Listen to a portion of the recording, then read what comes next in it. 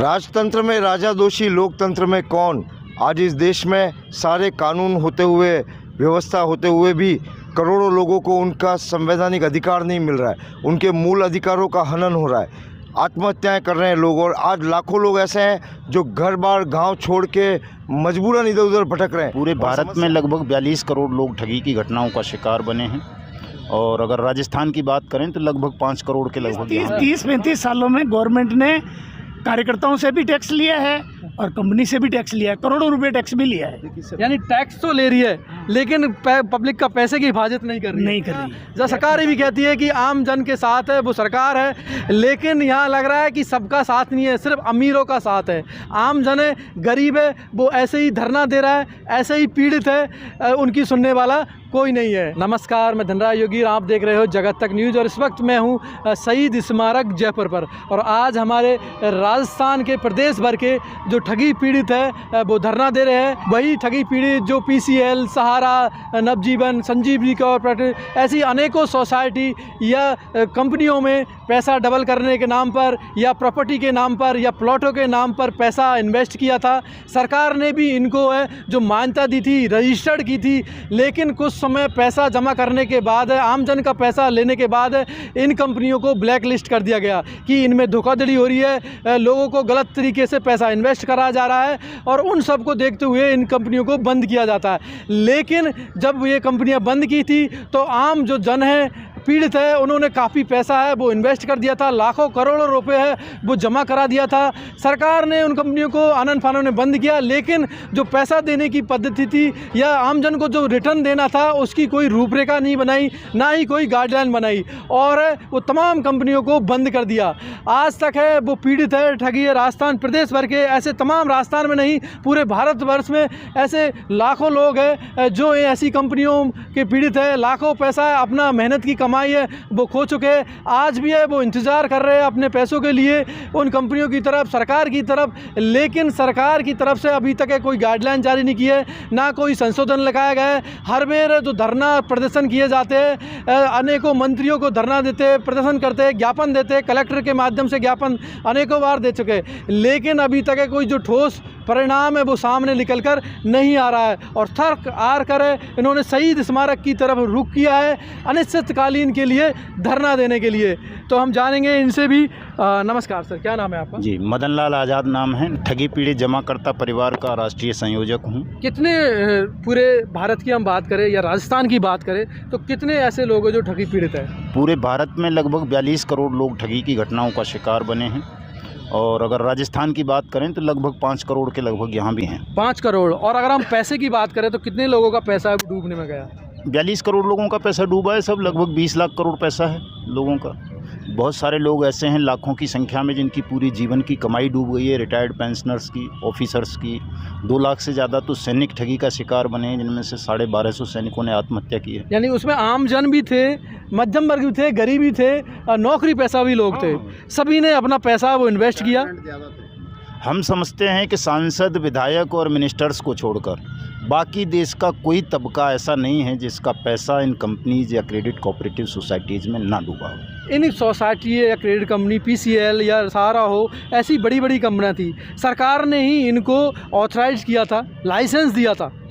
हाँ बिल्कुल, बिना सरकार के लाइसेंस दिए कौन धंधा कर लेगा। सरकार ने ही लाइसेंस दिया था, लेकिन लाइसेंस किसी और काम के लिए दिया गया था। इस काम के लिए नहीं दिया गया था कि आप पोंजी स्कीम्स चलाएंगे, MLM चलाएंगे या गलत तरीक़ों से लोगों की मतलब जमा राशि स्वीकार करेंगे। जमा राशि स्वीकार करने का अधिकार इन लोगों को नहीं था। इसलिए सरकार ने the banning of unregulated deposit schemes act 2019 बनाकर, उससे पहले स्टेट के लोकल PID एक्ट्स बनाकर इस तरह की तमाम कंपनीज़ को और क्रेडिट कोऑपरेटिव सोसाइटीज़ को बैन किया।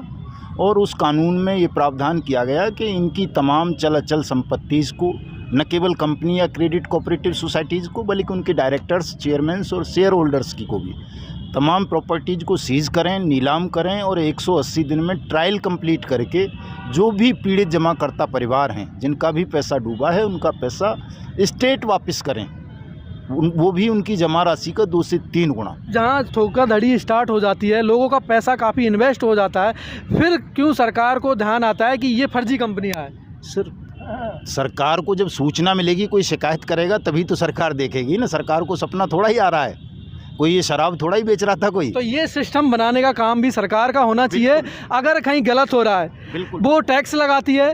आज आप एक छोटी सी छोटी चीज़ें खरीदोगे, माचिस भी खरीदोगे तो पहले टैक्स देना पड़ेगा। लेकिन जब आम इंसान है अपना पैसा खर्च करता है, पैसा इन्वेस्ट करता है, तब कहाँ सरकार वो आंखें बंद कर लेती है। देखिए, ये बात ठीक है कि सरकार आंखें बंद कर लेती है गैर कानूनी धंधों से, लेकिन हम ये नहीं कह सकते कि साहब कोई कानून नहीं था। कानून था, पहले भी था, आज भी है, और भविष्य में हम तो और सख्त बनवाने की प्रयास कर रहे हैं कि मृत्युदंड दिया जाए ठगों को, जो इस तरह के लाखों करोड़ों लोगों के साथ ठगी करते हैं। PACL का आप बार बार जिक्र कर रहे हैं, यहीं आपके सामने ही उसका ऑफिस हुआ करता था, संसार चंद्र रोड पे। ये कौन सा प्लाजा है, काफी लोगों 6.5 ने करोड़ जो इससे पीड़ित होके, दुखी होके, परेशान होकर आत्महत्या 5 भी लाख कर से ली। ज़्यादा लोगों ने आत्महत्या कर ली है। 13 करोड़ अकेले सहारा समूह की कंपनीज में विक्टिम हैं। साईं प्रसाद में मतलब 1 करोड़ से ज़्यादा विक्टिम हैं पूरे देश भर में। HBN डेयरी में हैं, GN गोल्ड में हैं, और इस तरह फिर भी की सरकार कोई गाइडलाइन नहीं बना रही है, ठोस परिणाम। सर गाइडलाइन बनी हुई है, मैंने बताया एक सार्वभौमिक एक्ट बना हुआ है, द बैनिंग ऑफ अनरेगुलेटेड लेकिन डिपॉजिट सारे स्कीम्स एक्टों में एक्ट। भी बन जाओ, लेकिन जब तक आम इंसान का पैसा हाथ में नहीं आएगा तब तक एक्ट बनाने का कोई मतलब नहीं है। बिल्कुल बिल्कुल बिल्कुल। जब तक आम इंसान का पैसा उसकी जेब में नहीं आएगा तो आप मीटिंग बनाओ, नियम कानून लगाओ, कोई मतलब नहीं है। आप उसी के लिए आज धरने पर बैठे हो कि हमारा पैसा मिले। राजतंत्र में राजा दोषी, लोकतंत्र में कौन। आज इस देश में सारे कानून होते हुए, व्यवस्था होते हुए भी करोड़ों लोगों को उनका संवैधानिक अधिकार नहीं मिल रहा है। उनके मूल अधिकारों का हनन हो रहा है, आत्महत्याएं कर रहे हैं लोग, और आज लाखों लोग ऐसे हैं जो घर बार गांव छोड़ के मजबूरन इधर उधर भटक रहे हैं। और समस्या आज की नहीं है, 10 साल से भी ज़्यादा समय हो गया है। तो आज प्रश्न उठता है कि इस भारत भाग्य विधाता कौन है। हम जनगण मन अधिनायक जय है भारत भाग्य विधाता कहते हैं, कोई है क्या विधाता? लोग मरने को की से भी बुरी स्थिति में जी रहे हैं। क्या आगे इसमें जैसा कि आपने पहले प्रश्न किया कि कंपनियां या कोऑपरेटिव सोसाइटी चालू होने के बाद कितने टाइम बाद बैन किया, तो इसमें 35 साल तक कंपनियां रन करने के बाद बैन किया गया है। तो भाई हम कहना चाहते हैं कि इतना गैप होने के बाद, इतना लोगों का पैसा इन्वेस्ट होने के बाद फिर बंद हो रही है। 30-35 सालों में गवर्नमेंट ने कार्यकर्ताओं से भी टैक्स लिया है और कंपनी से भी टैक्स लिया है, करोड़ों रुपए टैक्स भी लिया है। यानी टैक्स तो ले रही है लेकिन पब्लिक का पैसे की हिफाजत नहीं कर रही है। गैप्स का जो मूल कारण रहा ना सर, वो कारण ये भी रहा है कि जैसे आदर्श क्रेडिट कोऑपरेटिव सोसाइटी बनाई गई यहाँ 10 साल 15 साल पहले, तो लगातार अभी क्या कन्वर्जन करवाता रहा, लोगों ने शिकायत ही नहीं की। बाद में पता चला कि उन्होंने लोगों का जो जमाधन था वो जब उसने वापस देना नहीं शुरू किया 10 15 साल बाद भी, तो लोगों ने शिकायत करनी आरंभ की। और जब जांच हुई तो पता चला कि उसने वो पैसा फर्जी सेल कंपनीज बनाकर उनमें डाइवर्ट कर दिया था अपने बच्चों के नाम से, नौकरों के नाम से। तो जो जांच हुई उसको बंद कर दिया गया। ये हुआ है इस तरह से डुप्लीकेट कंपनी बना के, फर्जी कंपनी बना के लोग विदेशी भाग जाते हैं। हाँ, लेकिन आम जन का पैसा है वो तो चला जाता है। अब सरकार का क्या कहना है, पैसा मिलेगा नहीं मिलेगा? सरकार का कहना तो कुछ भी नहीं है, उनका कहना तो कुछ भी नहीं है। लेकिन हम लोग ये चाह रहे हैं धरना प्रदर्शन के माध्यम से कि 2019 का जो बर्ड्स एक्ट है उसको लागू करके और 180 दिन में जो है, जो भी विक्टिम है, पीड़ित है, उनका पैसा दिया जाए। ये भुगतान की गारंटी का माननीय मुख्यमंत्री महोदय हो या माननीय प्रधानमंत्री महोदय हो, हम उनसे भी निवेदन करना चाहेंगे कि ऐसे लाखों करोड़ों लोग हैं जिनका पैसा है वो डूबा है इन कंपनियों में, इन सोसाइटियों में, इन बिजनेस प्रॉपर्टियों में, जहाँ लोग हैं वो सरकार का पैसा लेके भाग जाते हैं। बड़े बड़े बैंक है वो दिवाला आउट बता देते हैं। आम जन का पैसा है वो मोटी कमाई है, मेहनती कमाई है, उसको लेके भाग जाते हैं। वहीं जो आम जन है जिन्होंने मेहनत किया, अपनी ज़िंदगी भर की कमाई है इन कंपनियों में लगाई है, उनका भी पैसा दिलाने की व्यवस्था करे, तभी कहीं ना कहीं जाके जो हमारा भारत देश है वो विकास की सीढ़ियाँ बनेगा। जब सरकार भी कहती है कि आम जन के साथ है वो सरकार है, सबका साथ है वो सबका विकास है, लेकिन यहाँ लग रहा है कि सबका साथ नहीं है, सिर्फ अमीरों का साथ है। आम जन है, गरीब है, वो ऐसे ही धरना दे रहा है, ऐसे ही पीड़ित है, उनकी सुनने वाला कोई नहीं है। तो मैं धनराज योगी, जगत तक, जयपुर।